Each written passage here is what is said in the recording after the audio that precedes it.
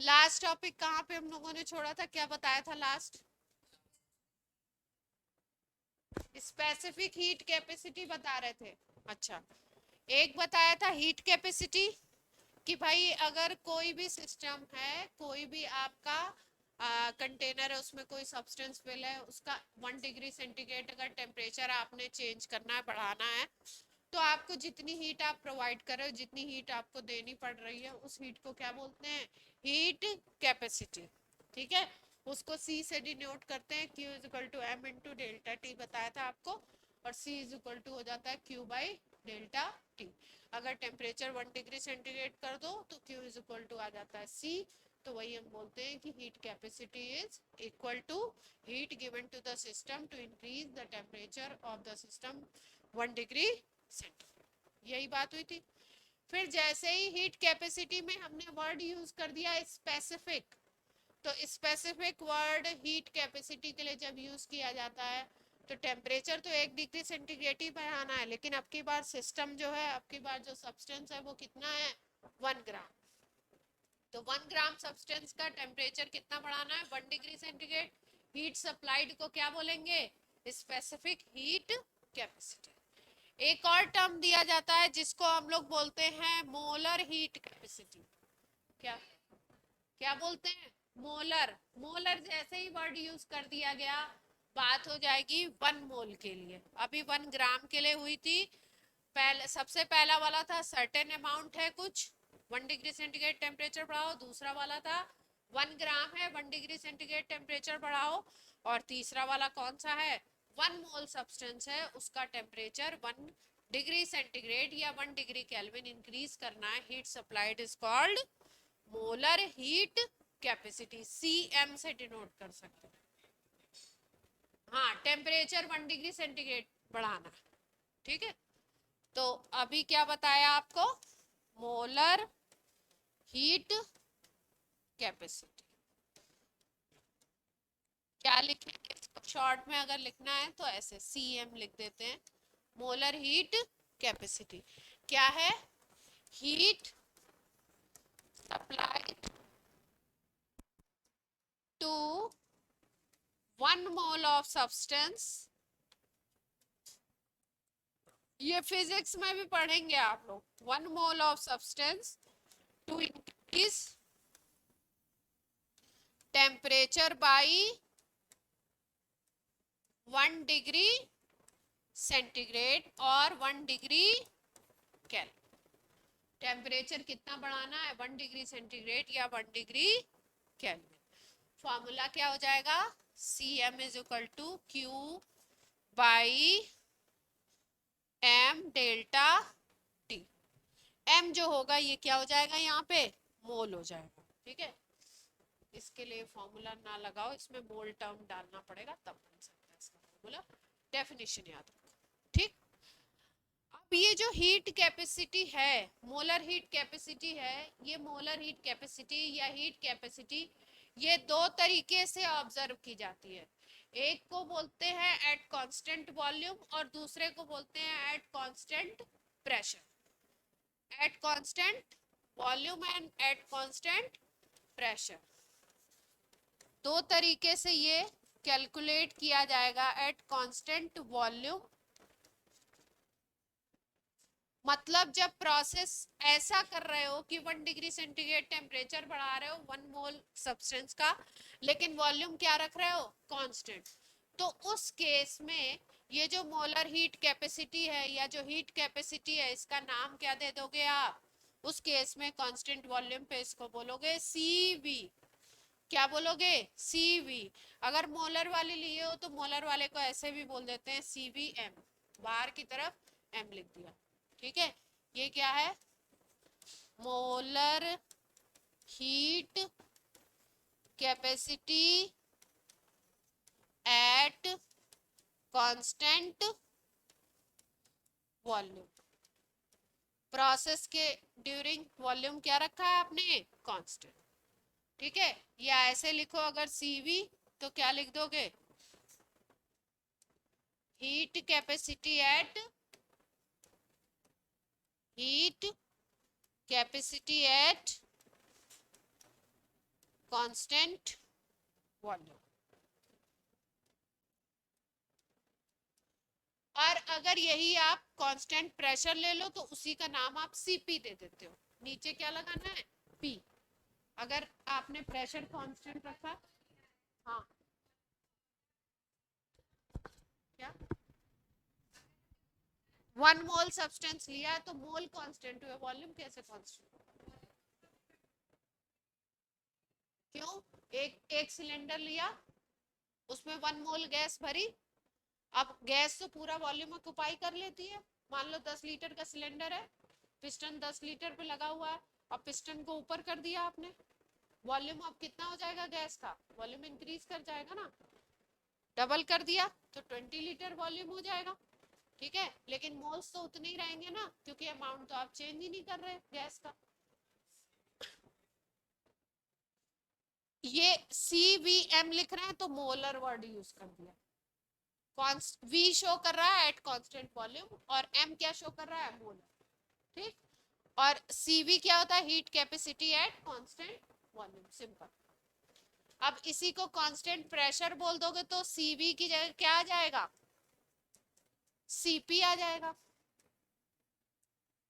जो चीज कांस्टेंट है उसके अकॉर्डिंग नाम आ जाएगा, तो ये क्या आ जाएगा, CPM। ये क्या है, molar heat capacity at constant pressure. ठीक है, कौन सा टर्म क्या है ये समझना है, और इनके बीच में रिलेशन क्या है वो रिलेशन बताएंगे, रिलेशन यूज होगा न्यूमेरिकल्स में। Heat capacity at constant pressure, वो वॉल्यूम था, ये प्रेशर। ठीक, अब बात की जा रही है कि हीट की बात हो रही है। हीट बोला जाता है कि टेम्परेचर की वजह से जो भी आपका एनर्जी कंटेंट होता है उसको बोलते हैं हम लोग हीट, है ना। तो इस चैप्टर में बात दो चीजों की बहुत ज्यादा की जाएगी। एक वर्ड यूज होगा बार बार हीट, एक वर्ड होगा यूज बार बार वर्क। जहां पे भी फिजिक्स और केमिस्ट्री के डिफरेंशिएशन की बात की जाती है, फिजिक्स और केमिस्ट्री के, वहां पे जो डिफरेंशिएशन है वो बेसिस है IUPAC जो सिस्टम होता है केमिस्ट्री के लिए, उसने जो साइन लिया है वर्क डन के लिए, साइन लिया है वो अलग अलग लिया। वर्क डन के लिए क्या लिया है, साइन अलग अलग है। अलग अलग का मतलब ये है कि फिजिक्स में वर्क डन अगर पॉजिटिव है तो उसका अलग मीनिंग ले लेते हैं, और केमिस्ट्री में अगर वर्क डन पॉजिटिव है किसी सिस्टम में तो उसका मीनिंग क्या लेते हैं, अलग लेते हैं। यहाँ से थोड़ा सा फिजिक्स और केमिस्ट्री में क्या आ जाता है, डिफरेंशिएशन आ जाता है। वो डिफरेंशिएशन इसलिए हुआ है क्योंकि उस डिफरेंशिएशन में रेफरेंस पॉइंट का डिफरेंस है। मतलब जैसे मान लो एक ग्लास पानी है, किसी ग्लास में हाफ ग्लास वाटर है, तो कोई उसको देख रहा है बोल रहा है हाफ एम्प्टी है, आधा खाली है, और कोई उसको देख रहा है हाफ फुल है, हाफ फिल्ड है। तो जो बात है वो क्या है, उतना ही है कि अगर एक गिलास पानी, एक गिलास में आधा आपने फिल किया हुआ है तो वाटर का अमाउंट तो आधा ही है ना। लेकिन उसी बात को दो तरीके से बोला जा रहा है, एक बोल रहे हैं कि हाफ फिल्ड है और एक बोल रहे हैं कि हाफ एम्प्टी है। ठीक है, दोनों बातें सेम है, लेकिन क्योंकि रेफरेंस पॉइंट अलग ले लिया जाता है इसलिए फिजिक्स के कन्वेंशन में थोड़ा सा ध्यान रखेंगे। और क्योंकि 11th में ये दोनों थर्मोडायनेमिक्स है इसलिए बहुत दिमाग खोल के ध्यान। पढ़ लिया है अपने थर्मोडायनेमिक्स, नहीं पढ़ा है तो और भी अच्छी बात है ना। उससे क्या होता है कि जो पहले पढ़ते हैं वो कई बार, हाँ, नहीं, मैं ऐसा नहीं चाह रही हूँ, मैं ऐसा चाह रही हूँ क्योंकि आपको दोनों करने हैं ना, कि आप दिमाग खोल के चीज को समझें। कॉमन है ना, first law of thermodynamics, second law of thermodynamics. नहीं नहीं, ऐसा नहीं, रेफरेंस पॉइंट अलग हो गया इसलिए साइन कन्वेंशन अलग हो गया। और लास्ट में जाकर के यहाँ पे केमिकल रिएक्शंस के टर्म्स में हम लोग चीजों को देखेंगे, वहां पे मशीन्स को देखते हैं। जैसे यहाँ पे एक टॉपिक आएगा कार्नोट इंजन, उसका बस हम फॉर्मूला बताएंगे। वहां पे कार्नोट इंजन की पूरी फिजिक्स में कार्नोट साइकिल पूरा बताया जाता है, किसमें क्या हो रहा है, कैसे हो रहा है, कहाँ टेम्परेचर चेंज हो रहा है, कहाँ हीट दी जा रही है, कहाँ हीट ली जा रही है, ये सारा वहां पे, क्योंकि उससे क्वेश्चन आते हैं। तो वहां पे फिजिक्स वर्ल्ड को ज्यादा इंट्रोड्यूस किया जाएगा, मशीन वर्ल्ड को, और यहाँ पे किसको इंट्रोड्यूस किया जाएगा, केमिकल रिएक्शन को। गैस की बात होगी हमेशा यहाँ पे, सिस्टम जो होगा वो क्या होगा, हमेशा गैस। ठीक है, एक सिलेंडर है उसमें गैस है, यही बात होगी। आधा चैप्टर इसी पे चलेगा। तो देखो क्या चीज है, साइन कन्वेंशन जो आईयूपीएससी का है वो थोड़ा सा हम लोग समझ लेते हैं, ध्यान से देखिए।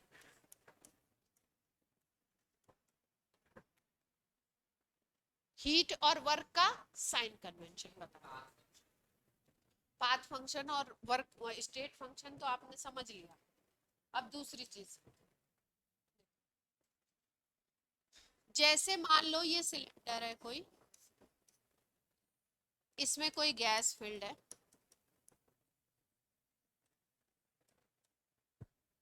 ठीक, गैस कोई भरी हुई है, ये पिस्टन है, ठीक। धीरे धीरे क्या होता है, थोड़े टाइम बाद हम लोग क्या देखते हैं कि ये जो पिस्टन है ना ये ऊपर चला जाता है। पिस्टन मतलब समझ लो लिड, ठीक है, सिलेंडर का कुछ नॉब वगैरह ऐसा कुछ।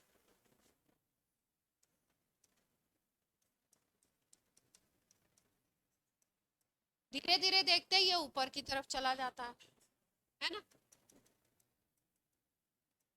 तो यहाँ पे क्या हो रहा है, अगर ध्यान से देखो तो पहले गैस का वॉल्यूम ये था, V1 था मान लो। अभी गैस का वॉल्यूम क्या हो गया, बढ़ गया ना, देख पा रहे हैं ना, V2। ये सबको दिख रहा है और समझ में आ रहा है, सेम केस है। अब क्या हुआ, पिस्टन थोड़ा ऊपर चला गया तो वॉल्यूम क्या हो गया, इंक्रीज हो, वॉल्यूम इंक्रीज हो, वॉल्यूम इंक्रीज हो गया, पिस्टन ऊपर जा रहा है। पिस्टन ऊपर कब जाएगा, देखो सोचो इसको ध्यान से। गैस अगर कोई वर्क कर रही है, गैस क्या कर रही है, फोर्स लगा रही है ऊपर की तरफ, और फोर्स लगाने की वजह से धीरे धीरे पिस्टन कहाँ चला गया, ऊपर चला गया। इस केस में अगर देखो तो वर्क कर रही है गैस, कौन वर्क कर रहा है, गैस। तो यहां पे हम लिखते हैं work done by the gas, work done by the gas. और जो प्रोसीजर है वो हमें क्या दिखाई दे रहा है, वॉल्यूम बढ़ रहा है, V2 क्या है, बड़ा है V1 से, डायग्राम से ही पता लग रहा है। तो अगर फाइनल वॉल्यूम बढ़ गया इसका मतलब गैस का हो रहा है एक्सपेंशन। क्या हो रहा है, गैस का एक्सपेंशन। तो दो चीजें हमें पता लगी, गैस का क्या हो रहा है, एक्सपेंशन, और वर्क कौन कर रहा है, गैस कर रही है। गैस वर्क कर रही है तो ऊपर की तरफ पिस्टन जा, ठीक, दोनों बातें सेम टू सेम। इसके लिए आईयूपीएसी ने वर्क डन का साइन कन्वेंशन बोला कि जब भी गैस वर्क करेगी तो एक्सटर्नल जो ऊपर से एटमॉस्फेरिक प्रेशर लग रहा है उसके अगेंस्ट कर रही है वर्क, तो उसके अगेंस्ट अगर गैस वर्क कर रही है तो वर्क डन हमेशा लेंगे निगेटिव। कैसा वर्क डन लेंगे, work done by the gas क्या होगा, नेगेटिव। याद रख लेंगे इतना पॉइंट, ऊपर से प्रेशर लगेगा, उस प्रेशर को बोलते हैं पी एक्सटर्नल। ऊपर से जो एटमॉस्फेयर प्रेशर लगाएगा उसको क्या बोलेंगे, पी एक्सटर्नल। नीचे से कौन प्रेशर लगाएगा, गैस। नीचे से प्रेशर कौन लगा रहा है, गैस। इतनी बात याद रखेंगे कि अगर एक्सपेंशन हो रहा है तो फाइनल वॉल्यूम बढ़ रहा है, इनिशियल वॉल्यूम कम है, एक्सपेंशन हो रहा है गैस का, तो गैस क्या कर रही है, वर्क कर रही है। और जब भी कभी भी गैस वर्क करेगी तो उस वर्क को हम क्या लेते हैं, नेगेटिव। ठीक है, फिजिक्स में ये चीज जस्ट अपोजिट होगी। ठीक है, अब दूसरा केस इसमें क्या बन सकता है? दूसरा केस इसमें ये बन सकता है,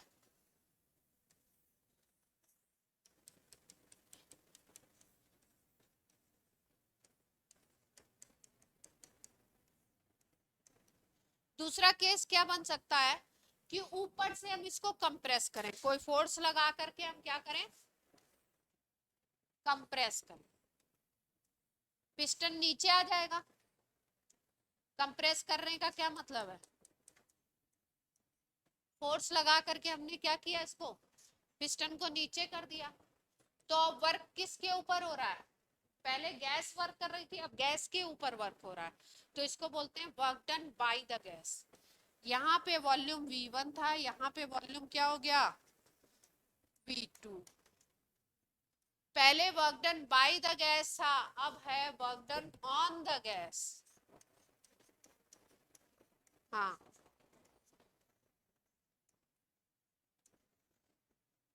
या work done on the system. ठीक है, वर्क डन हो रहा है बाहर से, इधर P गैस लग रहा है और ऊपर क्या लग रहा है, P एक्सटर्नल। ऊपर से लग रहा है P एक्सटर्नल और नीचे से क्या लग रहा है, P gas. Work done on the gas, और प्रोसेस क्या दिखाई दे रहा है हमको, कंप्रेशन दिख रहा है। इस प्रोसेस को बोलते हैं कंप्रेशन, जब फाइनल वॉल्यूम कम हो जाता है इनिशियल वॉल्यूम से, तो गैस कंप्रेस हो रही है। गैस कंप्रेस किस वजह से हो रही है, एक्सटर्नल फोर्स उसके ऊपर वर्क कर रहा है, तो work done on the gas. पहला वाला जो था उसको हमने क्या लिया था, नेगेटिव, इसको क्या लेते हैं, पॉजिटिव। ये IUPAC का साइन कन्वेंशन है, अभी प्रूव भी कर देंगे इसको। IUPAC केमिस्ट्री में कोई भी जो रूल्स होते हैं वो सेट करती है सिस्टम में। ठीक है, तो ये याद रखेंगे, ऑन द बाय द का साइन।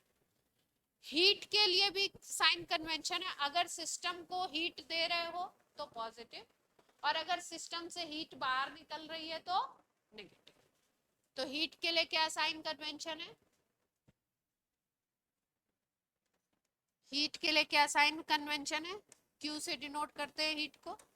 हीट के लिए, हीट जो होता है वो होता है, it is energy due to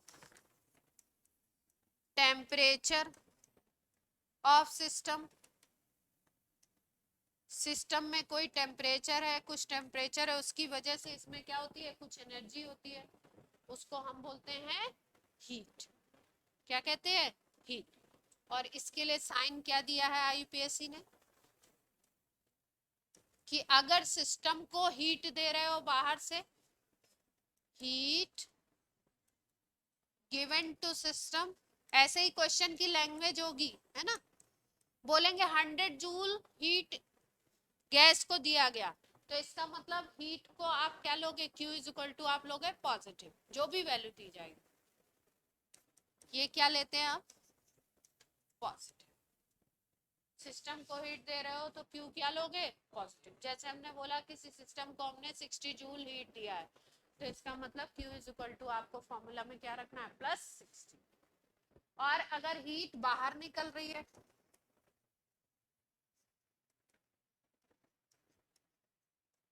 बाहर निकल रही है, तो आप क्या बोलोगे उसको, दो चीजें याद रहेंगी, गैस वर्क कर रही है तो work done by the system तो W नेगेटिव, अगर वर्क कर रहे हो आप गैस के ऊपर ऑन द सिस्टम तो पॉजिटिव। हीट अगर सिस्टम को दे रहे हो तो पॉजिटिव, और हीट अगर सिस्टम से बाहर निकल रही है तो नेगेटिव। इतना याद रख लेंगे।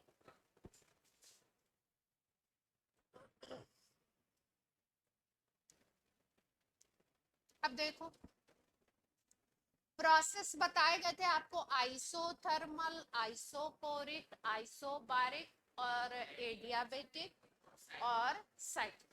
आइसोथर्मल का मतलब था टेम्परेचर कांस्टेंट रखना है, आइसोकोरिक का मतलब था वॉल्यूम चेंज नहीं करना है, वॉल्यूम कांस्टेंट है पूरे प्रोसेस में। आइसोबारिक का मतलब है प्रेशर, आइसोकोरिक का मतलब वॉल्यूम।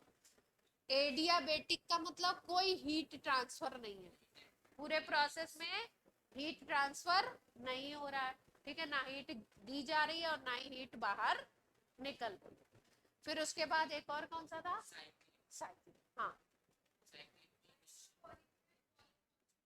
हाँ वॉल्यूम कोर बोले तो, कोर वर्ड जहाँ पे आइसो कोर जहाँ पे यूज किया जाता है मतलब वो टेम्परेचर वॉल्यूम क्या है, कांस्टेंट। बार प्रेशर की यूनिट होती है इसलिए वहां से लिया गया आइसो बैरिक या बारिक। इक्विलिब्रियम चैप्टर थर्मोडायनेमिक्स लिखा बता। अब ये जो प्रोसेस हो रहे हैं ये प्रोसेस दो तरीके के देखने को मिलेंगे हम लोगों को, एक को बोलते हैं रिवर्सिबल प्रोसेस और एक को बोलते हैं इरिवर्सिबल। जब केमिकल रिएक्शन की बात करते हो तो केमिकल रिएक्शन में बड़ा ही सिंपल होता है। केमिकल रिएक्शन में क्या होता है, रिवर्सिबल और इरिवर्सिबल को क्या बोलते हैं कि भाई ए प्लस बी मिलकर के बना लें सी प्लस डी, ठीक है, फॉरवर्ड रिएक्शन हो लेकिन बैकवर्ड डायरेक्शन में रिएक्शन ना, ठीक है, तो कैसा हो जाएगा, इरिवर्सिबल। रिएक्टेंट प्रोडक्ट बना सकता हो लेकिन प्रोडक्ट रिएक्टेंट नहीं बना सकता, एक ही डायरेक्शन में रिएक्शन हो रहा हो तो क्या बोलते हैं, इरिवर्सिबल, एक ही डायरेक्शन में, ठीक। और अगर ऐसा कोई रिएक्शन हो रहा हो कि ए प्लस बी मिलकर के सी प्लस डी बना रहे हो और सी प्लस डी भी मिलकर के ए प्लस बी भी बना रहे हो, रिएक्टेंट प्रोडक्ट में कन्वर्ट हो रहा है, प्रोडक्ट भी रिएक्टेंट में कन्वर्ट हो रहा है, दोनों तरफ रिएक्शन हो रही है।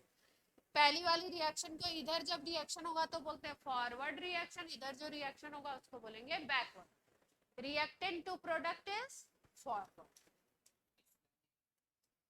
रिएक्टेंट टू प्रोडक्ट क्या होता है, फॉरवर्ड। कौन सी रिएक्शन है ये, फॉरवर्ड रिएक्शन। और अगर प्रोडक्ट से रिएक्टेंट बन रहा है तो उसको बोलते हैं बैकवर्ड रिएक्शन। प्रोडक्ट से क्या बनाना था, रिएक्टेंट, तो क्या बोल देंगे इसको, बैकवर्ड।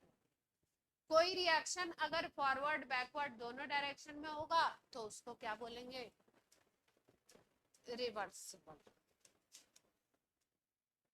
जैसे रिवर्सिबल जैकेट्स आते हैं ना सर्दियों में, एक तरफ से ही पहन लीजिए और फिर उसको रिवर्स करके भी पहन लीजिए, है मेरे पास ना, तो करेंगे। रिवर्सिबल जैकेट सब नहीं देखे ही होंगे, हैं? उसी तरीके से रिवर्सिबल रिएक्शन का मतलब फॉरवर्ड भी हो जाए बैकवर्ड भी हो जाए। अब थर्मोडायनेमिक प्रोसेस में समझते हैं, उसमें थोड़ा सा कुछ पॉइंट्स याद रखने कि कैसे हम किस प्रोसेस को रिवर्सिबल बोलेंगे और किस प्रोसेस को इरिवर्सिबल। देखो रिवर्सिबल की बात करो, ध्यान से देखो, पहले प्रोसेस समझ लो, तो क्वेश्चन में लैंग्वेज लिखी होगी तो आप समझ जाओगे, क्योंकि रिवर्सिबल के लिए फॉर्मूला वर्क का अलग होता है, रिवर्सिबल के लिए अलग होता है। उसको हमको कई बार क्वेश्चन में लिखा होगा कि प्रोसेस रिवर्सिबल हो रहा है, प्रोसेस इरिवर्सिबल हो रहा है, तब तो कोई टेंशन की बात नहीं, एक एक फॉर्मूला याद करेंगे और काम बन जाएगा। लेकिन अगर लैंग्वेज से पकड़ना पड़े एडवांस वगैरह के क्वेश्चन में तो मुसीबत आ जाती है, तो पॉइंट्स याद रखते हैं, ठीक। देखो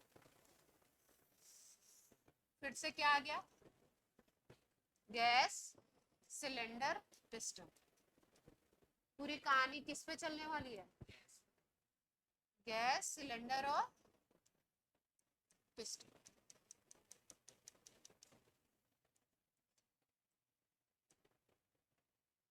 ठीक। हाँ देखो क्या कर रहे हैं, ऊपर से पी एक्सटर्नल लगेगा, एटमॉस्फेयर का कुछ प्रेशर लगेगा, और नीचे से क्या लगेगा, पी गैस।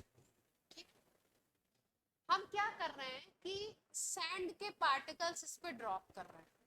और कैसे ड्रॉप कर रहे हैं, एक एक पार्टिकल, सैंड पार्टिकल।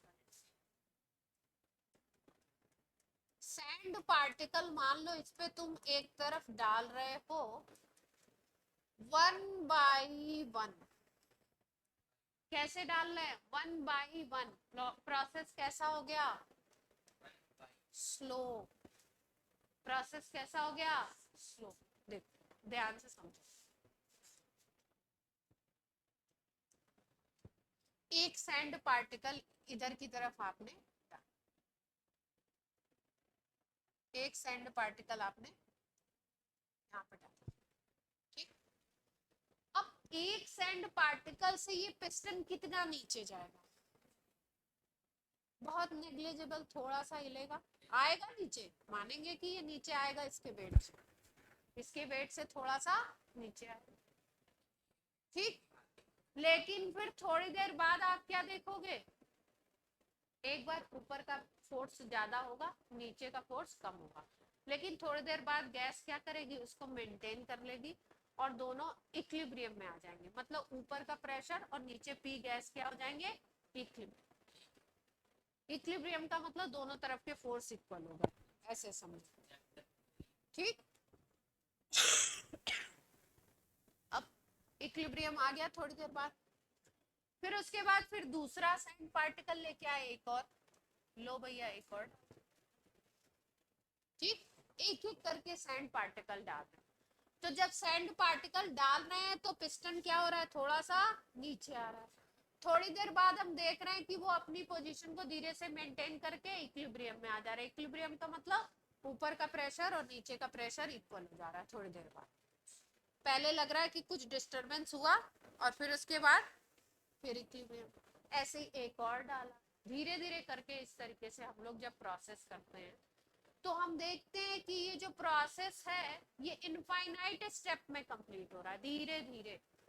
रिवर्सिबल की कंडीशन क्या है कि प्रोसेस कैसे कंप्लीट होगा, इसके इनफाइनाइट स्टेप्स होंगे, टाइम बहुत लगेगा, इनफाइनाइट टाइम बोलते हैं। हाँ, और प्रोसेस के किसी भी टाइम को, प्रोसेस किसी भी टाइम पे प्रोसेस को अगर ऑब्जर्व करने चलो तो आप ऐसा देखोगे कि एक्सटर्नल जो एटमॉस्फेयर है और जो गैस है उसके बीच में इक्विलिब्रियम बना हुआ है, इक्विलिब्रियम डिस्टर्ब नहीं हो रहा। ठीक है, थोड़ा सा नीचे आता है और फिर उसके बाद क्योंकि बहुत कम नीचे आया होता है तो फिर से धीरे से सेट हो जाता है एक इक्विलिब्रियम, ऊपर का प्रेशर नीचे के प्रेशर के इक्वल। ठीक, तो जो रिवर्सिबल प्रोसेस होता है एक तो बहुत स्लो होगा, पहचान क्या है, स्लो की बात होगी। टाइम क्या होगा, यही एग्जांपल है, टाइम क्या होगा, बहुत बहुत टाइम लगेगा, इनफाइनाइट स्टेप, धीरे धीरे हो रहा है, इनफाइनाइट टाइम लगेगा। छोटे छोटे पार्ट्स में इसकी स्टडी करेंगे, एक पार्टिकल डाला बिल्कुल एमएम में नीचे आया, फिर धीरे धीरे इक्विलिब्रियम एस्टेब्लिश, फिर दूसरा डाला, फिर तीसरा डाला, ऐसे करके करा। ठीक है, ऐसे करके हम लोग चेंज ला रहे हैं। तो हर स्टेप पे हम क्या देख रहे हैं कि आउटर एटमॉस्फेयर, एक्सटर्नल एटमॉस्फेयर और जो इंटरनल गैस का एटमॉस्फेयर है उनके बीच में सभी पॉइंट्स पे इक्विलिब्रियम है। तो ये भी एक पहचान है, ऐसे प्रोसेस को हम क्या कहते हैं, इक्विलिब्रियम। इक्विलिब्रियम का मतलब बैलेंस की बात करें, balance force, equilibrium at each point of time. अभी 1 सेकेंड पे देखा, फिर 2 सेकेंड पे देखा, 5 बजे से एक्सपेरिमेंट स्टार्ट किया था, 5 बज के 1 सेकेंड पे देखा, 2 पे देखा, 3 पे देखा, सब पे देख रहे हैं क्या है, प्रेशर बैलेंस। ठीक, तो ऐसे प्रोसेस को हम बोलते हैं रिवर्सिबल प्रोसेस। कैसा प्रोसेस बोलते हैं, रिवर्सिबल। ठीक, अब थोड़ा सा ध्यान देते हैं इरिवर्सिबल।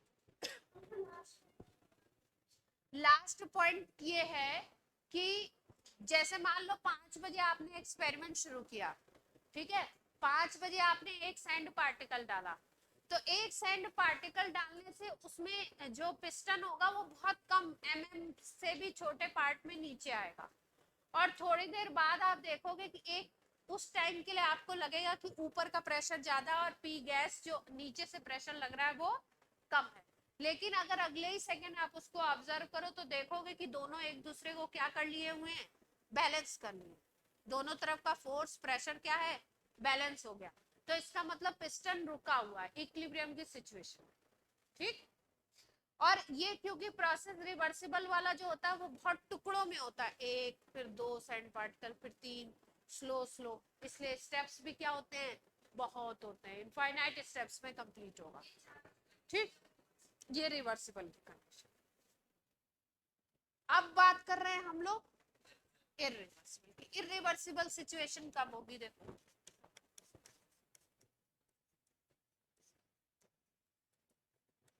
इरिवर्सिबल प्रोसेस कब बोलोगे,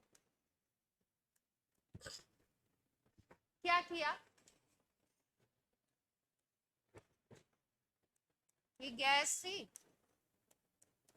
ऊपर से पी एक्सटर्नल लग रहा था, एटमॉस्फेयर का प्रेशर।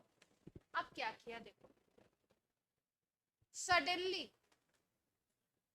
ठीक है, सडनली भी वर्ड कभी कभी लिखा होता है रिवर्सिबल के लिए, या मान लो इसके ऊपर आप अभी तो एक एक एकदम चिन्नू चिन्नू छोटे छोटे से सैंड पार्टिकल तुम डाल रहे थे, अब क्या किया, एकदम से 25 ग्राम का कोई टुकड़ा, 5 किलोग्राम का कोई सॉलिड पार्टिकल डाल दिया पिस्टन पे, पिस्टन धार से नीचे हो जाएगा, बिल्कुल सडन चेंज आएगा, सडन चेंज आएगा।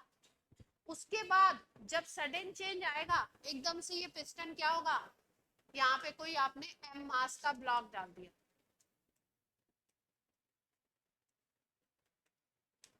जिसका मास अच्छा खासा है, सिग्निफिकेंट मास है, सैंड पार्टिकल का बहुत कम था, इसका मास अच्छा खासा है, इसको आपने डाल दिया सडन इसके ऊपर, पिस्टन के ऊपर, पिस्टन क्या होगा, नीचे आ जाएगा एकदम से, ठीक है।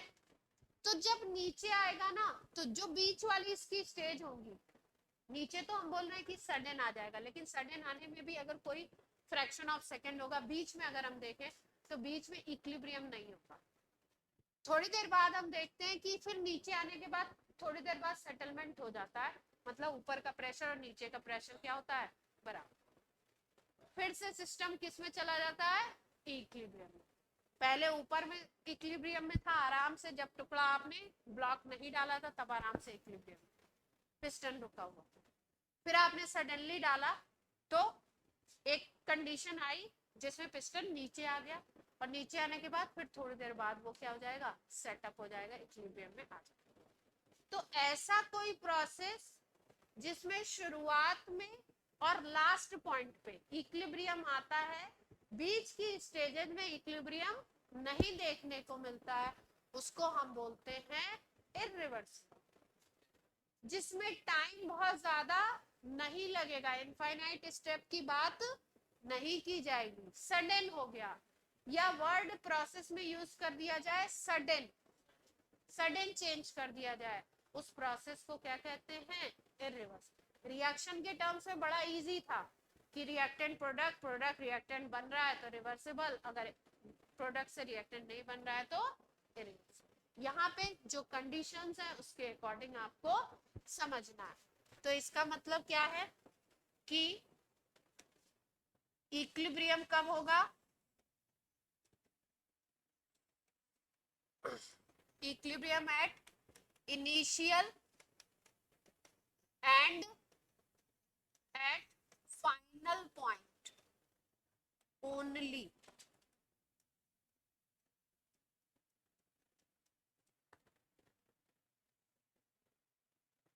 Equilibrium at initial and final point only, intermediate में ऐसा कुछ, अगर आपको चेंज बोला जाए कैसा हो रहा है, सडनली, अगर आपको बोला जाए कि शॉर्ट टाइम में हो रहा है, इनफाइनाइट स्टेप्स नहीं है, अचानक से एक स्टेप में कर दिया, छोटे छोटे इनफाइनाइट स्टेप नहीं है, क्या है, शॉर्ट टाइम में कर दिया, फाइनाइट टाइम में, मतलब कोई वैल्यू दी हुई, फाइनाइट टाइम में क्या हो गया, कंप्लीट हो गया प्रोसेस, तो उसको क्या बोलते हैं, इररिवर्सिबल। क्या बोलेंगे, इररिवर्सिबल। क्लियर है। एक और चीज है,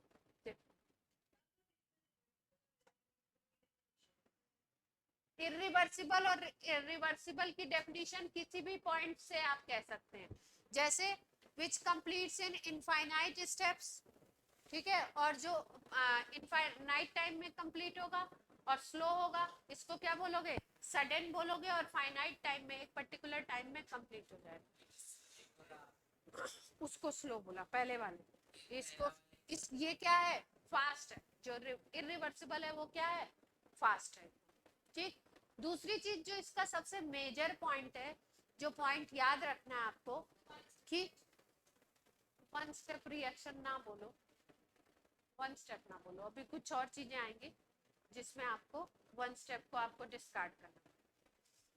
दूसरी चीज आप ये बोल सकते हो कि जो रिवर्सिबल है और इरिवर्सिबल है, इसमें बेसिक एक और डिफरेंस है कि क्योंकि इरिवर्सिबल वाला एकदम सडन होता है ना, तो जो पी एक्सटर्नल है वो सेम रहता है पूरे प्रोसेस के दौरान, पूरे प्रोसेस के दौरान क्या रहता है, पी एक्सटर्नल सेम। इस बात को समझो, पहले नोट कर देते हैं फिर समझिए। एडवांस के क्वेश्चन में एक बार ये कंडीशन भी लिखी थी और बच्चे समझ नहीं पाए थे कि रिवर्सिबल का केस है कि इरिवर्सिबल। इसमें क्या याद रखना है, P external will same during process, का मतलब क्वेश्चन की लैंग्वेज में अगर लिखा है कि एक्सटर्नल प्रेशर चेंज नहीं कर रहे हैं, कांस्टेंट रख रहे हैं, तो कौन सा प्रोसेस है, इरिवर्सिबल। ठीक है, पी एक्सटर्नल को क्या कर दिया है, कांस्टेंट, या प्रेशर के बारे में कोई जिक्र नहीं किया गया, जो एक्सटर्नल प्रेशर है उसके बारे में कोई जिक्र नहीं किया गया, इसका मतलब प्रेशर क्या है, कांस्टेंट है, एक्सटर्नल प्रेशर, ठीक, वो कांस्टेंट है। अब इस बात को समझो कि पी एक्सटर्नल इसमें कांस्टेंट क्यों बोला गया और उसमें क्या चेंज हो रहा है, इसको देखते हैं। देखो, बहुत छोटी चीज है, आराम से समझो। ये ऊपर से प्रेशर लग रहा था उसी को पी एक्सटर्नल कह रहे हैं, और नीचे से गैस का प्रेशर लग रहा था, इसको पी गैस या पी इंटरनल बोल सकते हो। इक्विलिब्रियम की स्टेट वो होती है कि पी एक्सटर्नल और पी इंटरनल क्या हो, इक्वल। दोनों का साइन अलग अलग हो सकता है, एक इस डायरेक्शन में लग रहा है और एक इस डायरेक्शन, ठीक है, साइन के फॉर्म में अगर प्रेशर को, वैसे प्रेशर कैसी क्वांटिटी है, स्केलर, साइन वाइन नहीं दिखाते, लेकिन अगर साइन के फॉर्म में दिखाना हो तो कहीं प्रेशर अगर लग रहा हो 5 एटीएम और कहीं बोल रहे हैं कि प्रेशर लग रहा है -5 एटीएम, इसका मतलब दोनों की डायरेक्शन क्या है, अलग अलग है, बस यही बताया जा रहा है। कोई ऊपर से नीचे की तरफ अगर लग रहा है तो दूसरा वाला कहाँ लगेगा, नीचे से ऊपर की तरफ। कोई लेफ्ट टू राइट लग रहा है तो कहाँ लगेगा दूसरा वाला, राइट टू लेफ्ट। बाकी है तो क्या, इसके पी एक्सटर्नल ये था, पी गैस ये था, ठीक। सिचुएशन क्या थी, इक्विलिब्रियम। मान लो ऊपर से 1 एटीएम का प्रेशर लग रहा था, नीचे से गैस भी कितना प्रेशर लगा रही है, 1। एक सैंड पार्टिकल डाला, एक सैंड पार्टिकल डालोगे तो ऊपर से प्रेशर थोड़ा सा ज्यादा होगा, ऊपर से प्रेशर थोड़ा सा ज्यादा हो जाएगा, ठीक। और ये पिस्टन बिल्कुल नॉमिनल, जिसको आप मेजर करो तो एमएम में से भी कम आएगा, बहुत नॉमिनल नीचे आएगा, आएगा। तो क्या हुआ, पी एक्सटर्नल मान लो पहले 1 एटीएम था, अब 1 से कुछ बढ़ गया। फिर दूसरा सैंड पार्टिकल डाला आपने तो पी एक्सटर्नल थोड़ा सा और वैल्यू बढ़ जाएगी, तीसरा डालोगे तो पी एक्सटर्नल की वैल्यू और बढ़ जाएगी।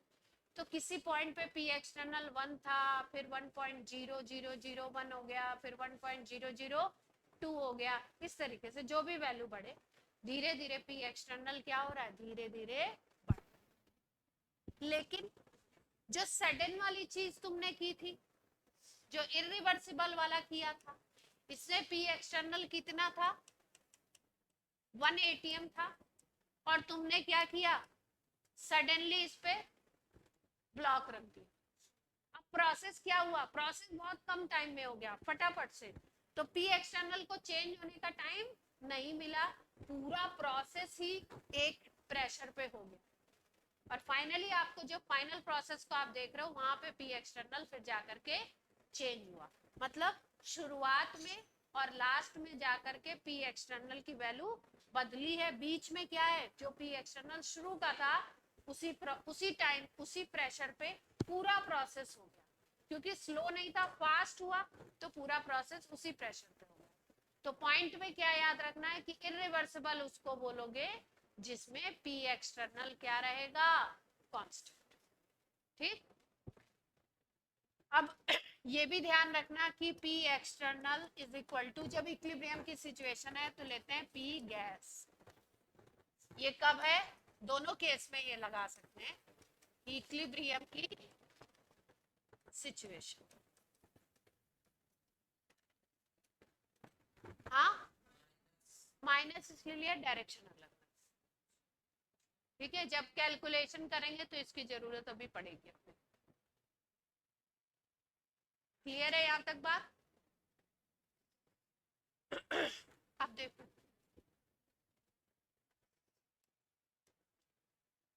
अब हमको निकालना है इरिवर्सिबल, इरिवर्सिबल, आइसोकोरिक, आइसोथर्मल, इन सब प्रोसेसेस में वर्क डन। क्या निकालना है, वर्क डन। ठीक, तो पहली एक चीज समझिए, आपको क्या निकालना है, वर्क निकालना है। फिजिक्स में वर्क कैसे निकालते थे, फिजिक्स में वर्क निकाल फिजिक्स में हम लोग वर्क डन कैसे निकालते थे, फिजिक्स में वर्क डन निकालना है तो कैसे निकालते हैं, एफ एस कॉस थीटा या एफ इंटू एस, यही करते हैं ना, फोर्स इंटू डिस्प्लेसमेंट, इस तरीके से करते हैं।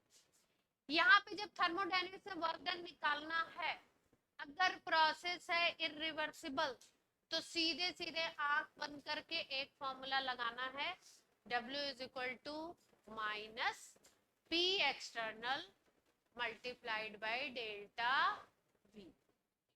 ठीक, तो क्या फॉर्मूला लगाना है अपने, ये डेराइव किया गया है, और हो सकता है कि फिजिक्स में डेरिवेशन भी आते हो, केमिस्ट्री में डेरिवेशन के कोई क्वेश्चन नहीं आते, इसलिए जेई में भी नहीं आता है ना, जेई में भी डेरिवेशन का कोई काम नहीं है, और 11th में भी केमिस्ट्री में कोई काम नहीं है, फिजिक्स में शायद आते हैं, तो उसमें सिखाए जाएंगे, यहाँ पे मैं डेराइव करना आपको नहीं बताऊंगी।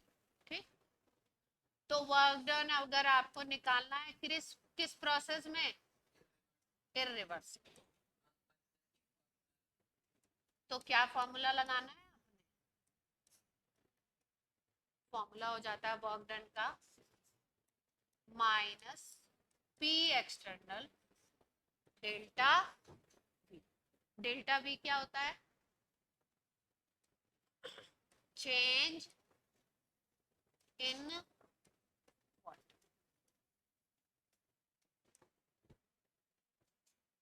ठीक है, इसको वैसे भी लिखते हैं अगर आपका चेंज बहुत छोटा हो, चेंज बहुत छोटा हो तो इसको हम लोग ऐसे भी लिखते हैं, P एक्सटर्नल, ये किसका साइन है, किसका साइन है, इंटीग्रेशन है ना सर, V1 V2, लिमिट क्या है, V1 V2।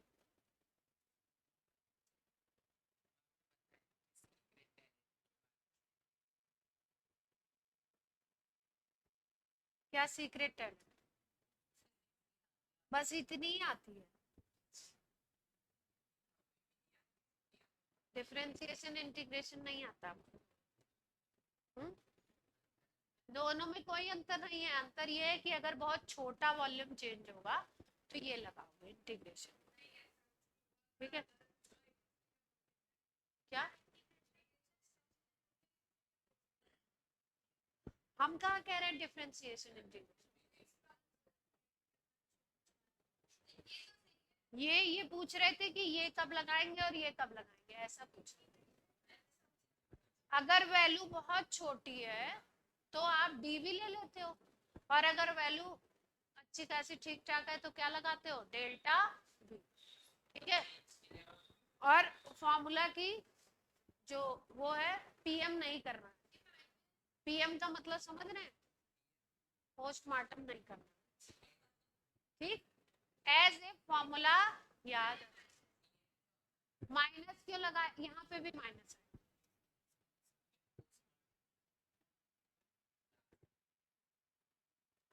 अबे नहीं, मैंने बोला था भाई, तो मुझे अबे क्यों बोल रहा हूँ।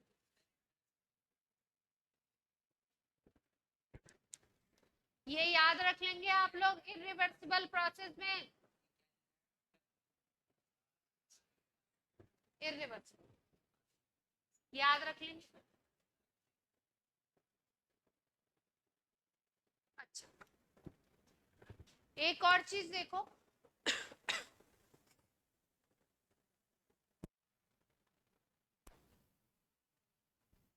वर्क डन अगर आपको कैलकुलेट करना है किसी साइक्लिक प्रोसेस में, तो साइक्लिक प्रोसेस में कैलकुलेट करने के लिए आपको साइन कन्वेंशन क्या लेना है वो देखिए।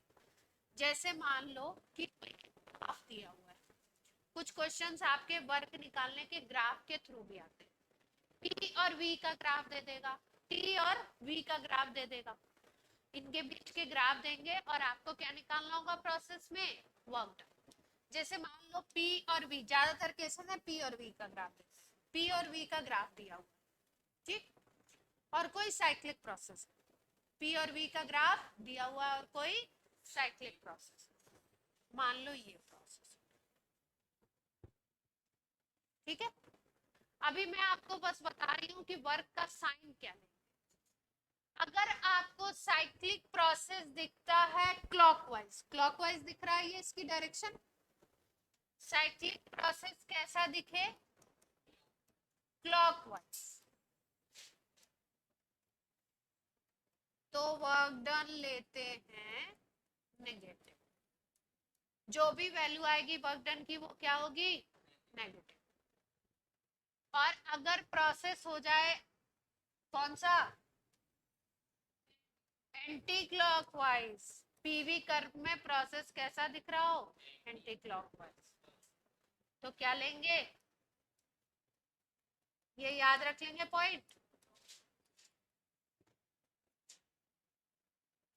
तो वर्क डन क्या लेंगे, पॉजिटिव। ठीक है,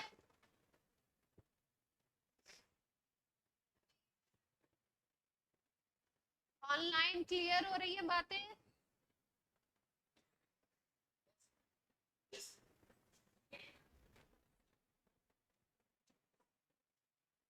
ये सबको प्रूफ भी किया गया है छोटे छोटे टुकड़ों में तोड़ के। भरा था ये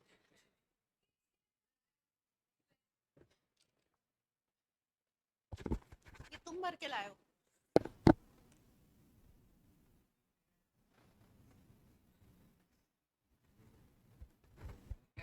इतना कौन पढ़ता है। चलो अब देखो, अगर आपको कोई कर्व दिया हुआ है और वर्क डन निकालना है, किसका कर्व, P और V का, कैसे देखो, पीवी कर्व के थ्रू क्या करना है आपको, प्रोसेस में वर्क डन कैलकुलेशन करना, किसके थ्रू, पीवी कर्व के थ्रू।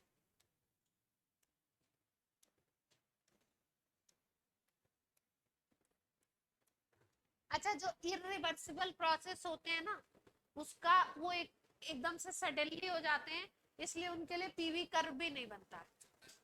इरिवर्सिबल के लिए कर्व नहीं बना सकते, क्यों? क्योंकि वो क्या होते हैं, सडन चेंज होते हैं।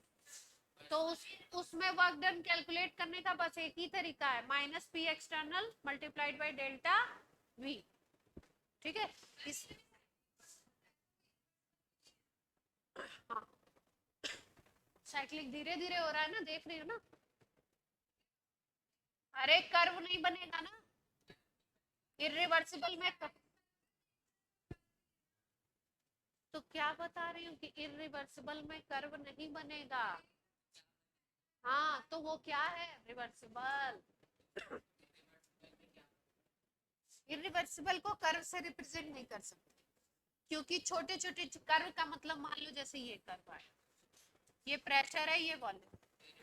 तो इसको आप छोटे छोटे पार्ट्स में तोड़ सकते हो ना। एक ए पॉइंट से बी पे गया प्रोसेस, बी से सी पे गया, फिर सी से डी पे गया, फिर डी से ई पे गया, छोटे छोटे पार्ट्स में इसको तोड़ सकते हो ना। तो जिसको आप छोटे छोटे पार्ट्स में स्टडी कर सकते हो, वो क्या होता है, रिवर्सिबल, स्लो टाइम, धीरे धीरे धीरे धीरे। ठीक है। और जो सडन हो गया उसके लिए कर्व आप नहीं खींच पाते हो। ठीक है। तो अब इसके लिए आपको क्या निकालना है,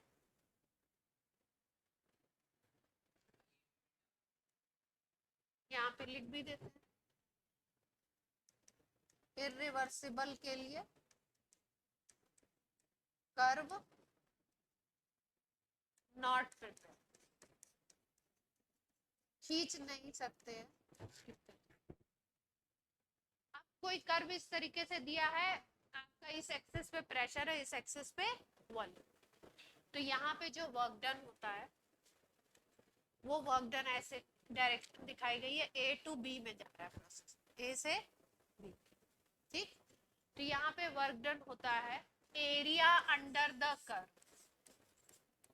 वर्क डन क्या होता है, एरिया अंडर द कर्व। मतलब आपने क्या निकालना है, इसके नीचे जो एरिया आ रहा है, ऐसे ऐसे मिला लीजिए,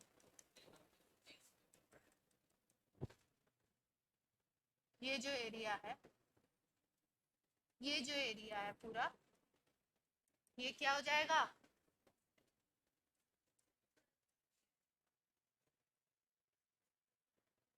ठीक है जी।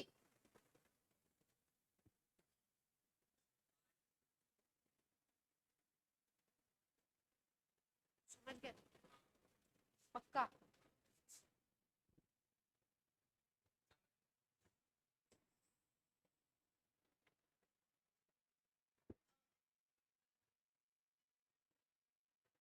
फिर से लिख दूं, कोई इररिस्पॉन्सिबल पढ़ रहा है।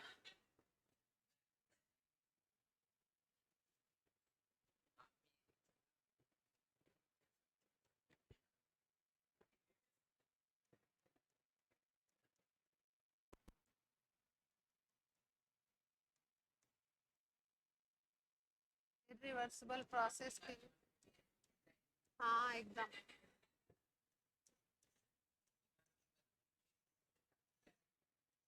हाँ,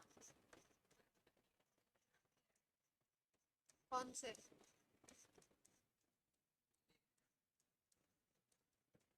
कौन से?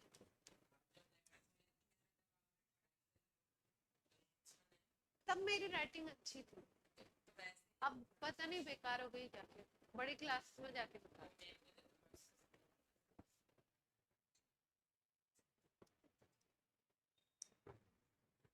तब नोट्स अच्छे नहीं थे, जैसे अभी आपको नोट्स बनाने को कहा जाए तो आप कितने अच्छे बना लो।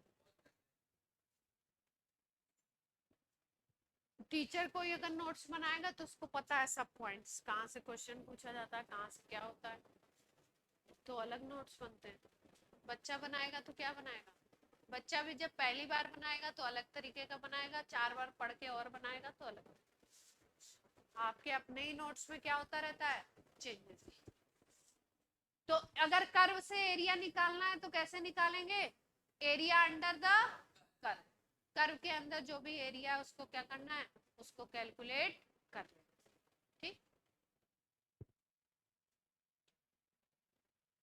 जैसे मान लो ये है,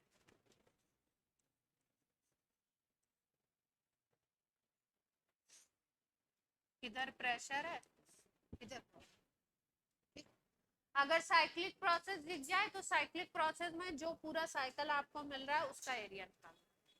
साइक्लिक प्रोसेस में जो साइकिल मिल रहा है उसका क्या निकालना है। जैसे मान लो ये साइक्लिक प्रोसेस है, ठीक। प्रेशर दिया हुआ है,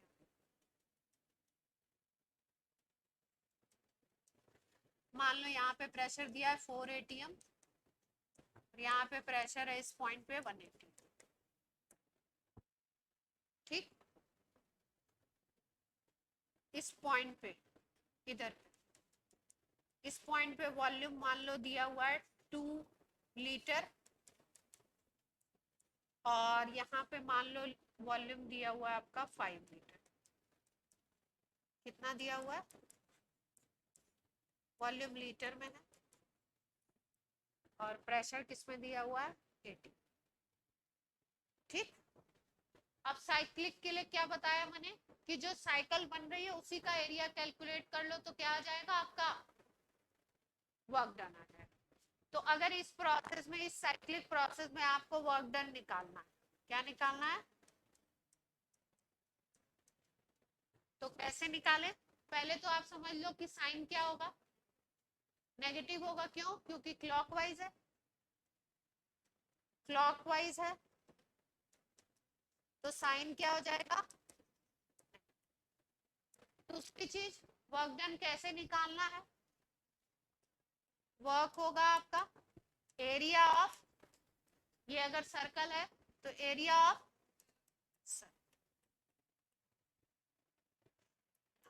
सर्कल है तो एरिया क्या होता है 5, ठीक।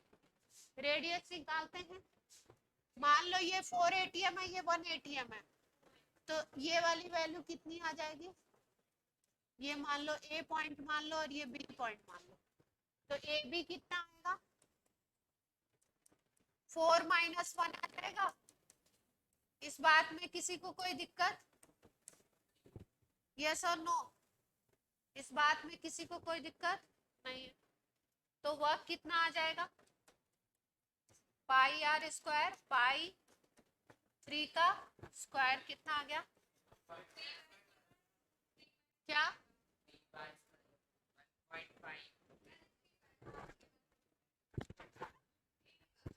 किसका 1.5, अच्छा हाँ तो ये बोलो ना कि मैम ये तो डायमीटर है, तो रेडियस ले लेते हैं भैया। अच्छा याद दिलाया, अब पता लग गया ना मेरी मैथ्स के बारे में। कितना आ जाएगा, जो भी आ जाए,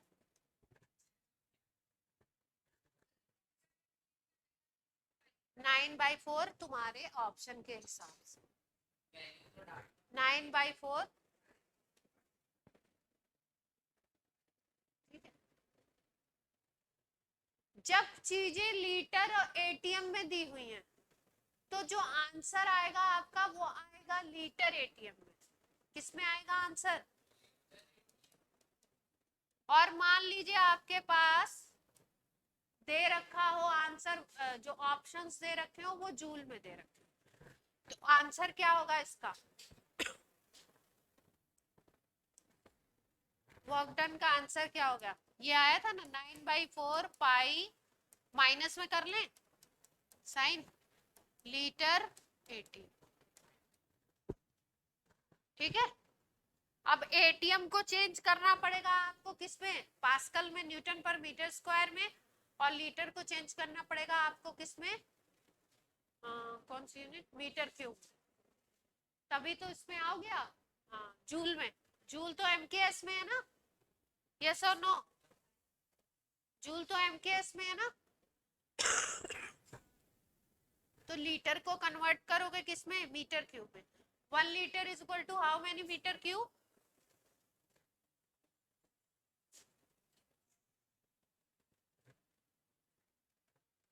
कितना मीटर क्यूब होगा?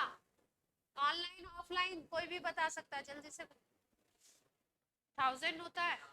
हाँ, सही कह रहे थे Anshul. 1 litre is equal to, और ये कितना होता है? 1 ATM इज इक्वल टू,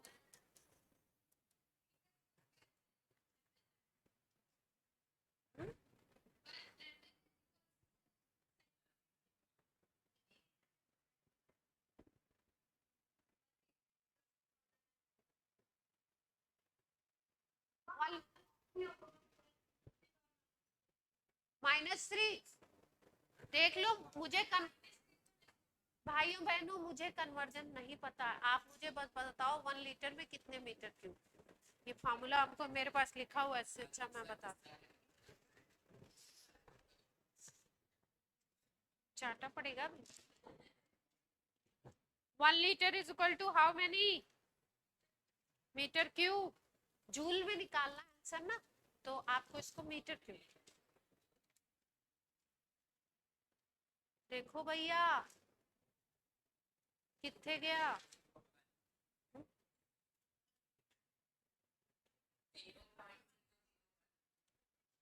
1 कितने डेसिमल के बाद डेसिमल के कितने?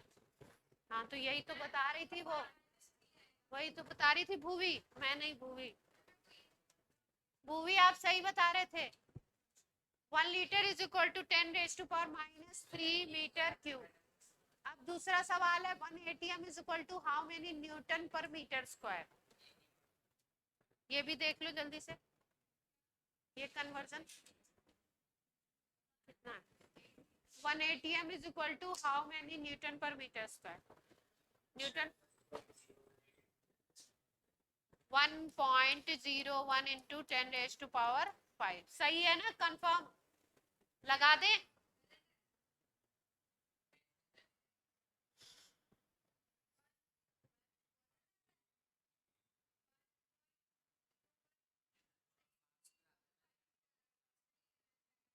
हाँ सही तो है। रोस्टिंग जानते हो? रोस्टिंग जानते हो आप लोग? ऑक्सीजन की प्रेजेंस में जला देना इंसान को, वही कर रहे हो आप। चलो, तो ये किस में कन्वर्ट हो जाएगा बच्चा? जूल में।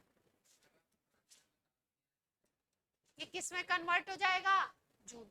ठीक है, तो अगर सीधे सीधे याद रखना है तो इसको मल्टीप्लाई करो और इसको मल्टीप्लाई करो तो 10⁻² आ जाएगा, तो अप्रोक्सीमेटली 101 आ जाएगा, 101 आ जाएगा।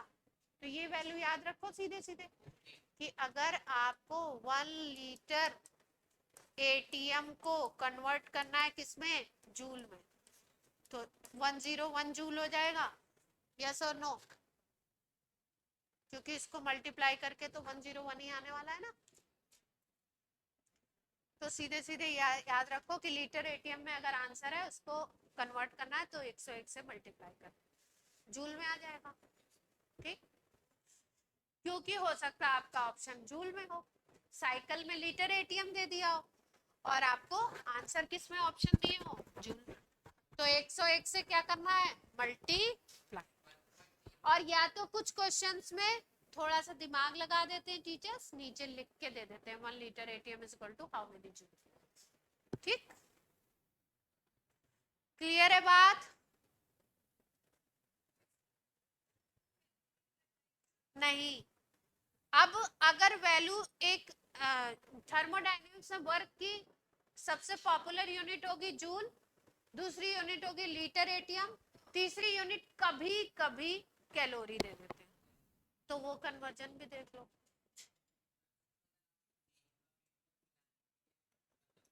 बुलाने के लिए, अच्छा वीडियो चल रहा है। जूल में कन्वर्ट करना है तो 4.18 से मल्टीप्लाई कर देते हैं, तो ये कैलोरी में कन्वर्ट हो जाता है। वर्क डन ही है, किसमें किसमें कन्वर्ट हो गया?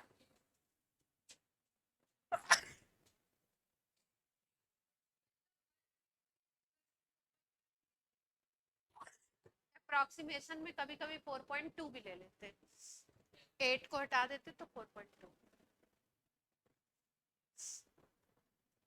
कल ये सब फॉर्मूला मैं पूछूंगी तो बता देना जरा, तुम लोग सो रहे हो जो।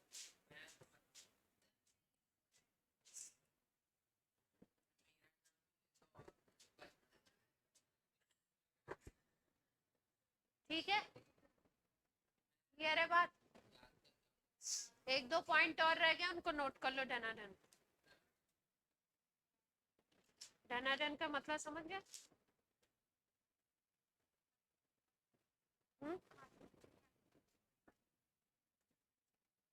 हाँ हाँ, एनर्जी की यूनिट है।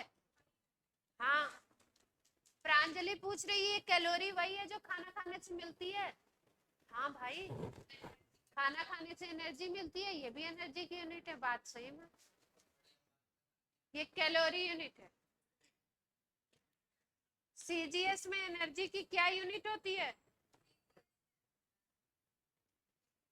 जल्दी बताओ। ये हो गया, ये हो गया, ये हो गया, कुछ रह गया तो बताओ।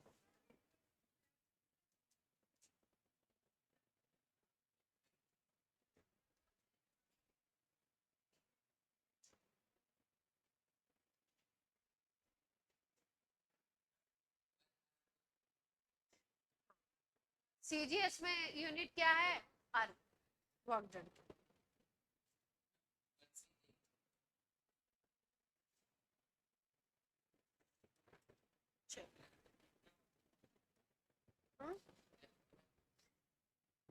आई थिंक 10⁻⁻⁷ होता है ऐसा कुछ। जैसे फोर्स की डाइन होती है ना, 1 डाइन इज इक्वल टू कितना है? 1 dyne is equal to 10⁻⁵ joule. Joule, newton ना, जूल कहाँ? तुम लोग प्लीज मुझे मत बताओ, मुझे अपना सही याद है। जो मेरा आता है वो भी तुम खराब करोगे।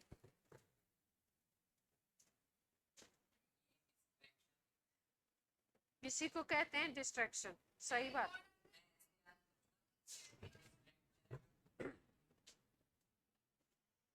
हम्म,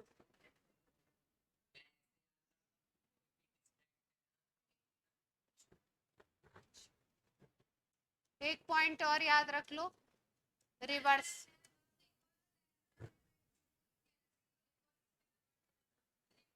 लीटर एटीएम,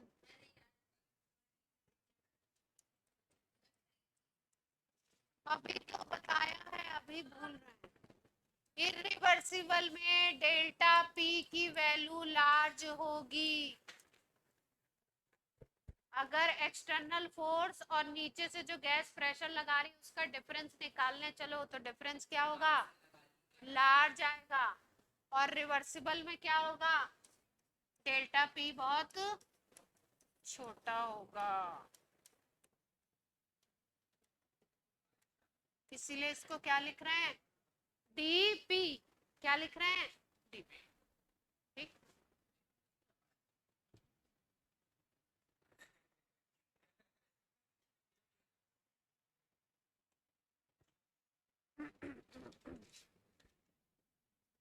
ऊपर एक बहुत बड़ी सी सिगड़ी है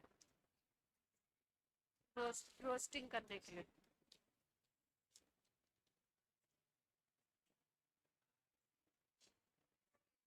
अब किसकी रोस्टिंग होगी ये समझना है।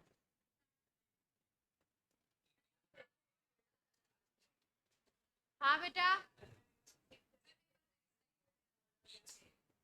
वेरोनिका क्या बोल रही है? सुनाई नहीं पड़ रहा, आप लोग इतना बोलते हो।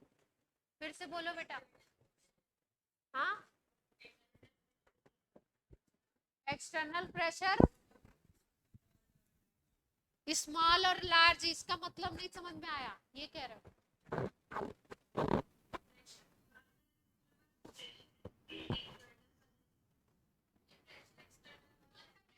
ये डेल्टा पी जो है ना, डेल्टा पी, डेल्टा पी का मतलब जो ऊपर से प्रेशर लग रहा है बाहर का और जो गैस प्रेशर लगा रही है उसका डिफरेंस, उसका डिफरेंस।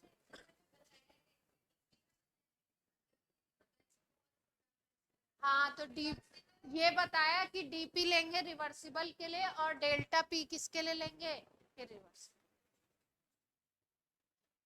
अगर क्वेश्चन में लिखा हुआ है कि ये इरिवर्सिबल हो रहा है, रिवर्सिबल हो रहा है, तब तो कोई चिंता की बात है ही नहीं।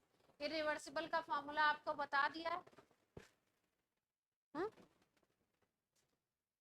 ये जो इरिवर्सिबल का फॉर्मूला है, ये प्रोसेस आइसोथर्मल हो, एडियाबेटिक हो, कोई भी प्रोसेस हो, उसके लिए आप यही फॉर्मूला लगाएंगे।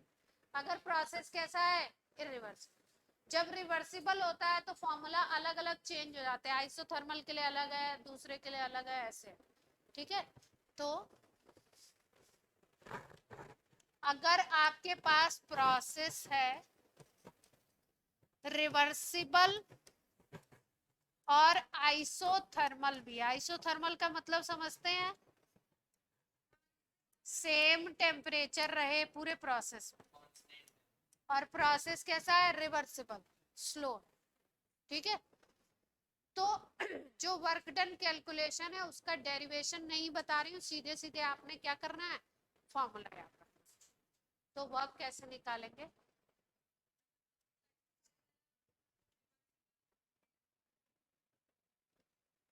-nRT ln, ln समझते हैं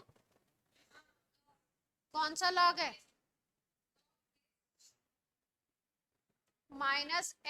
-nRT ln V2/V1। V2 क्या है, फाइनल वॉल्यूम, और V1 क्या है,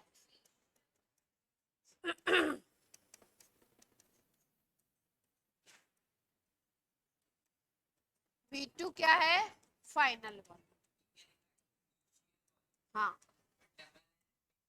अरे ठीक है, तुम इंग्लिश तुम सही करना। आर है गैस कांस्टेंट, आर की वैल्यू दो आपके काम में आएगी, एक को बोलते हैं 8.314, आर की वैल्यू दो यूज करेंगे इस चैप्टर में, 8.314, ये जूल वाली यूनिट में होती है, गैस कांस्टेंट। और एक होगी आर की वैल्यू 4.2, ठीक है, 4.2, ये कैलोरी यूनिट वाली है। ठीक है, आर की यूनिट भी लिख देते हैं सीधे सीधे, इसकी लिखेंगे जूल,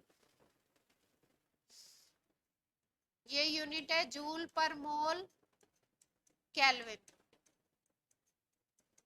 और ये वाली यूनिट है कैलोरी पर मोल इनटू केल्विन। ये आर की यूनिट है, हाँ, आर की यूनिट है। अगर आपको वर्क डन निकालना है जूल में तो आप आर की वैल्यू क्या रखेंगे, 8.314।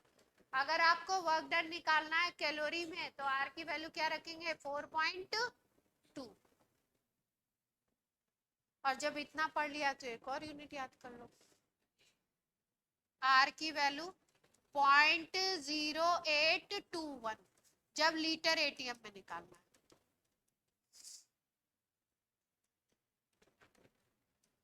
किस में निकालना है,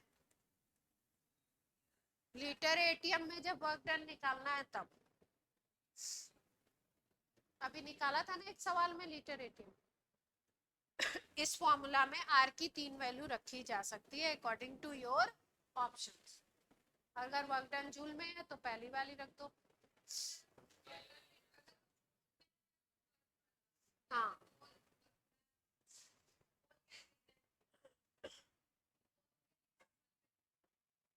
ये आर की पूरी यूनिट है।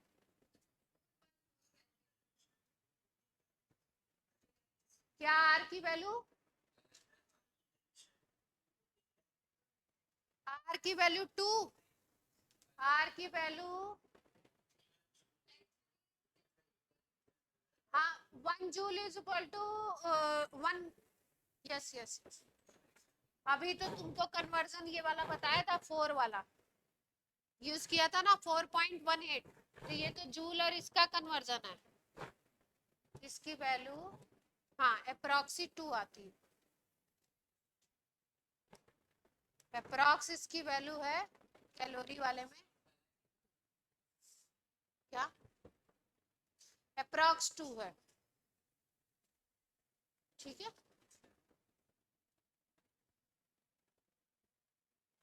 तुम दोनों अगर नोट भी कर लेते, तुम लोग को पीछे इसीलिए भगा देती हूँ। तुम लोग कुछ नहीं नोट नहीं करते, एकदम सीधे बैठे हुए हो। कुछ दो चार चीजें नोट करते तो दिमाग में कुछ आता। नोट कुछ करना नहीं है।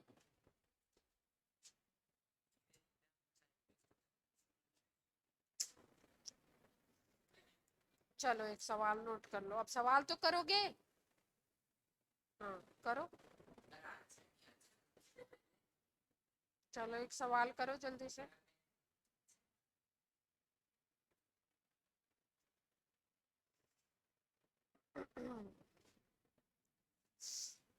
एरिया अंडर द कर्व से 1-2 साल से सवाल नहीं आ रहा है, लेकिन आ सकता है हल्के में ना, ना ले। क्या बात है, हल्के में ना ले। ये आपका है नेचुरल लॉग में, अगर इस फॉर्मूला को कन्वर्ट करना हो लॉग बेस 10 में, तो 2.303 से मल्टीप्लाई हो जाता है सीधे सीधे, बाकी फॉर्मूला सेम रहेगा।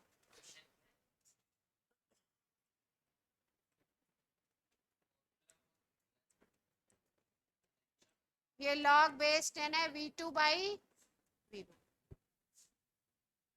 अगर क्वेश्चन में V2 और V1 ना दियो, प्रेशर दियो P1 और P2, तो फॉर्मूला पूरा सेम रहेगा।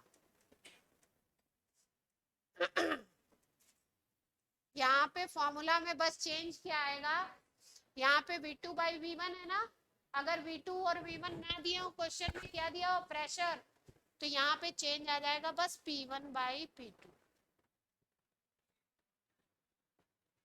ये रिवर्सिबल आइसोथर्मल प्रोसेस में अगर आपको वर्क डन निकालना है तो फॉर्मूला, ठीक।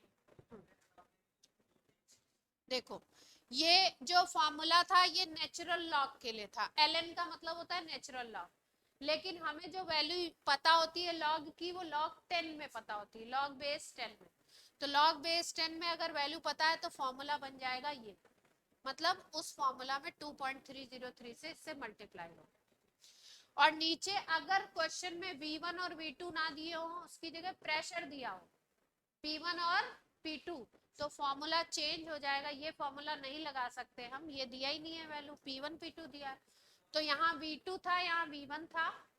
प्रेशर के केस में ये अपोजिट हो जाएगा P1/, इसमें भी लॉग बेस्ड है। जब नेचुरल लॉग होगी तो यहाँ ln लिखा होगा, और अगर ln नहीं लिखा, ऐसे लिखा है लॉग, तो वो बेस्ड है। अब एक क्वेश्चन लिख लो इसका रिवर्सिबल का और करके बता दो। चलो 2 mole of gas, formula note कर लिया सबने, ऑनलाइन ऑफलाइन सब लोग नोट कर लीजिए जल्दी से फॉर्मूला वर्क डन का। रिवर्सिबल आइसोथर्मल प्रोसेस का फॉर्मूला है, जल्दी। रजत क्या हुआ,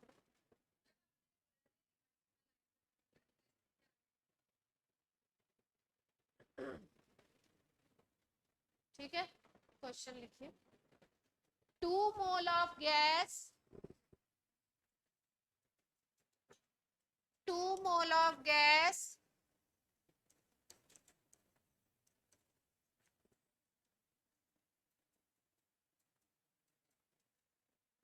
are expanded, एक्सपेंशन हो रहा है मतलब at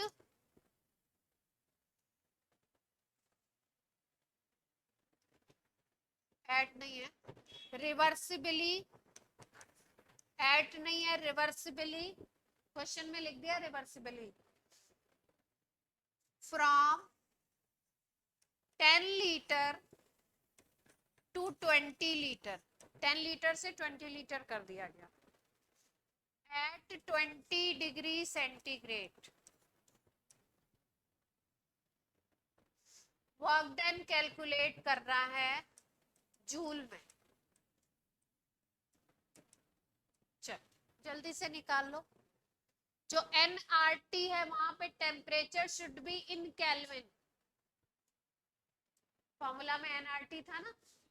n होता है number of moles of gas, n है number of moles of gas, question में दिए हैं। T होता है temperature in kelvin, R gas constant. R की वैल्यू 8 जूल वाली लगाओ, 8.314 निकाल लो जल्दी से। टेम्परेचर इन्होंने देखो क्या लिख दिया, 20 डिग्री सेंटीग्रेड। इसका मतलब पूरे प्रोसेस में टेम्परेचर चेंज नहीं हो रहा है। आइसोथर्मल लिखा नहीं इन्होंने वर्ड, टेम्परेचर चेंज नहीं किया, मतलब टेम्परेचर पूरे प्रोसेस में क्या है 20। आर की वैल्यू 3 लिखवाई है ना, थोड़ा दिमाग भी लगाओ, इसीलिए बोलते हैं लिखा करो। मैं नहीं बता रही, जल्दी करो प्रांजलि, करो। क्या हुआ, फॉर्मूला नोट है ना, लगाओ। V1 V2 मालूम है,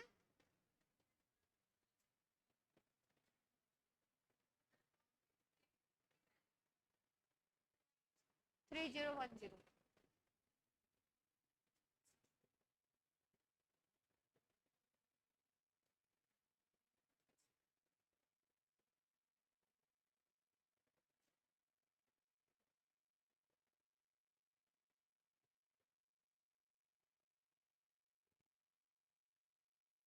हाँ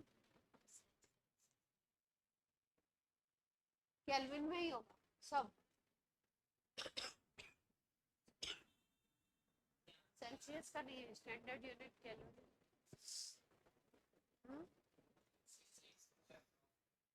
आ गया, निकाल लिया।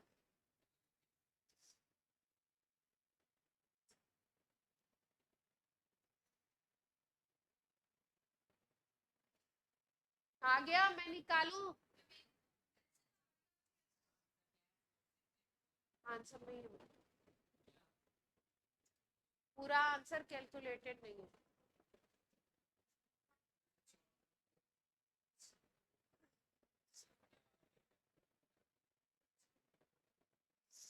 एट पॉइंट थ्री वन लिया,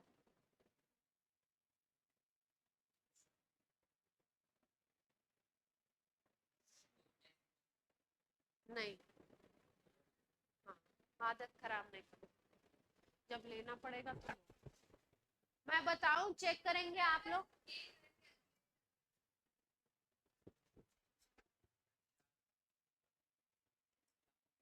जल्दी करो, कहाँ कहाँ किया।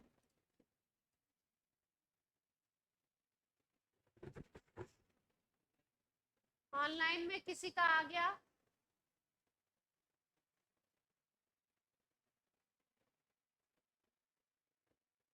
क्या मैं बहुत जल्दी पूछने लगती हूँ, क्या आप लोग को टाइम नहीं देती हूँ, ऐसा है? आप लोग बताओ।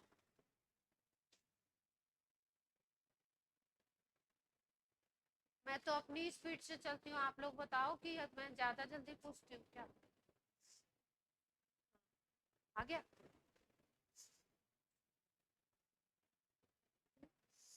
ये वाली वैल्यू, ये वाला फॉर्मूला यूज ही क्यों कर रही हो, एलएन वाला फॉर्मूला देखने के लिए। दूसरा वाला यूज करो ना, कहाँ लिखा, लिखा ही नहीं, कहाँ। 2.303 वाला, वो वाला यूज करो, ये वाला। हाँ, एलएन वाला फॉर्मूला नहीं यूज करो। ये क्या हो रहा है, वो तो सबके पास है, फिर सब कैलकुलेटर से कर देंगे, आदत खराब हो जाएगी। कैलकुलेटर नहीं मिलता है,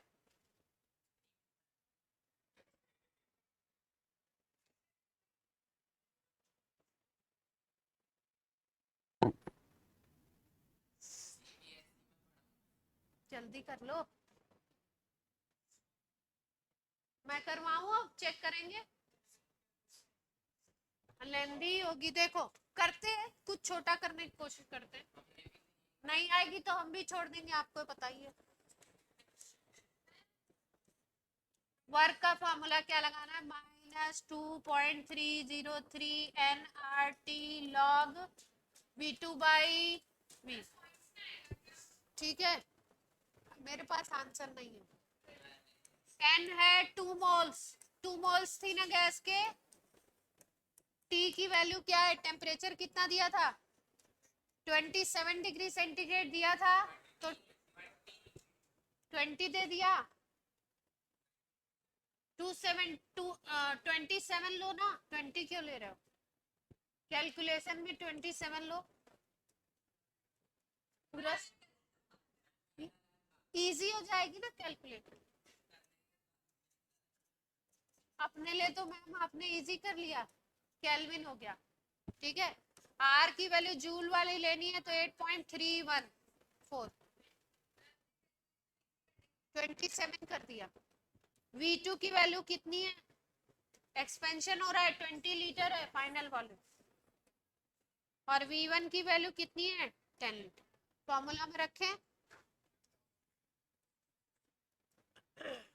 2.303, N हो गया 2, R हो गया 8.314।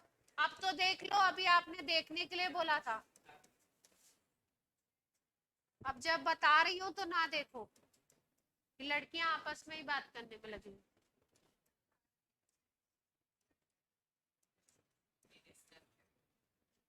टू से मल्टीप्लाई करो, उधर मल्टीप्लाई करेंगे 600 आ जाएगा, 600 के 2 जीरो उड़ा दो तो कितना आ जाएगा, 831.4 मल्टीप्लाइड बाई 6 हो जाएगा। यस और नो,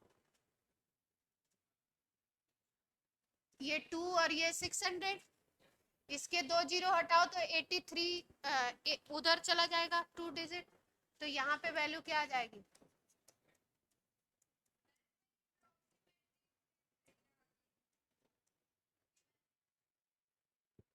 ठीक है, ये वैल्यू क्या हो जाएगी,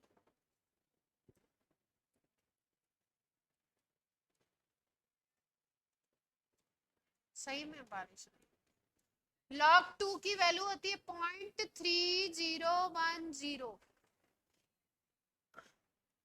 इक्विलिब्रियम के चैप्टर में पूरी केमिस्ट्री में log 2, log 3, log 5 और log 7 की वैल्यू का काम आएगा, तो इसको लर्न कर लीजिए। 0.3010 आप सॉल्व कर लो, अब तुम कर लो, अब तुम कर लो, ये बहुत बड़ी है।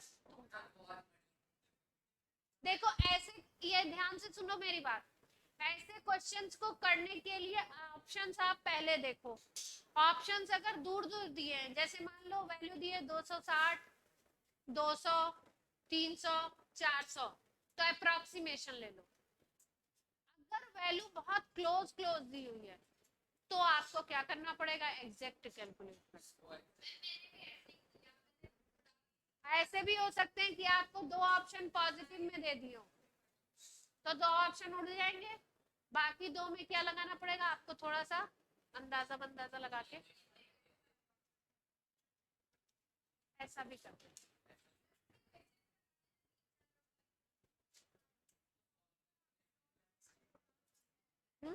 ये log 2 है, ये 10 log 2 बन गया, log 2 की वैल्यू होती है।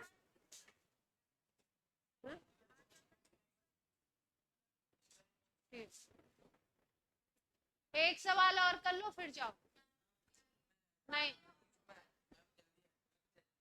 किसका ऑटो खड़ा, तो वेटिंग वेटिंग चार्ज लेगा, वो नहीं लेगा ना। एक और, उसका परमानेंट ऑटो है, कोई बात नहीं।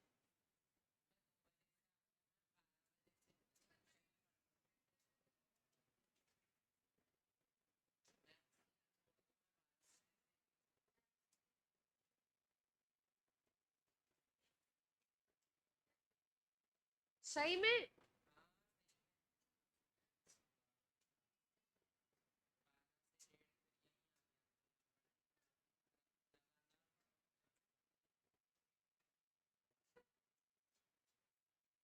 तो पढ़ो ना, अच्छी तो बात है। लिखो question,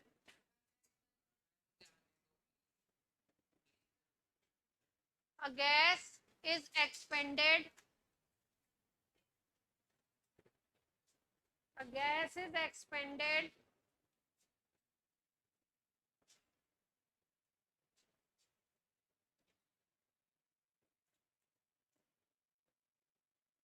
from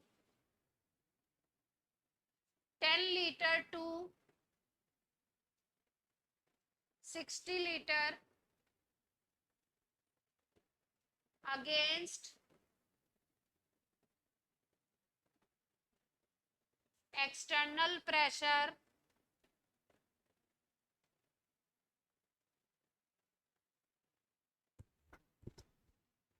external pressure 5 atm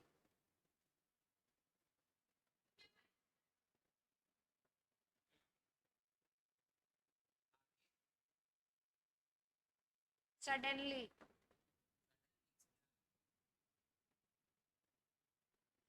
Calculate work done. Suddenly लिख दिया तो प्रोसेस का क्या मतलब हो गया? इरिवर्सिबल. इरिवर्सिबल के लिए एक ही फॉर्मूला लगा दो जल्दी से. Minus P external multiplied by delta we.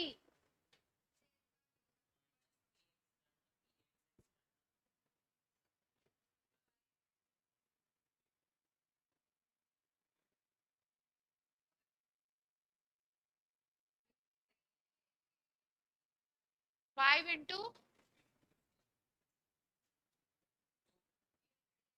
Pressure कितना दिया है? 5 एटीएम.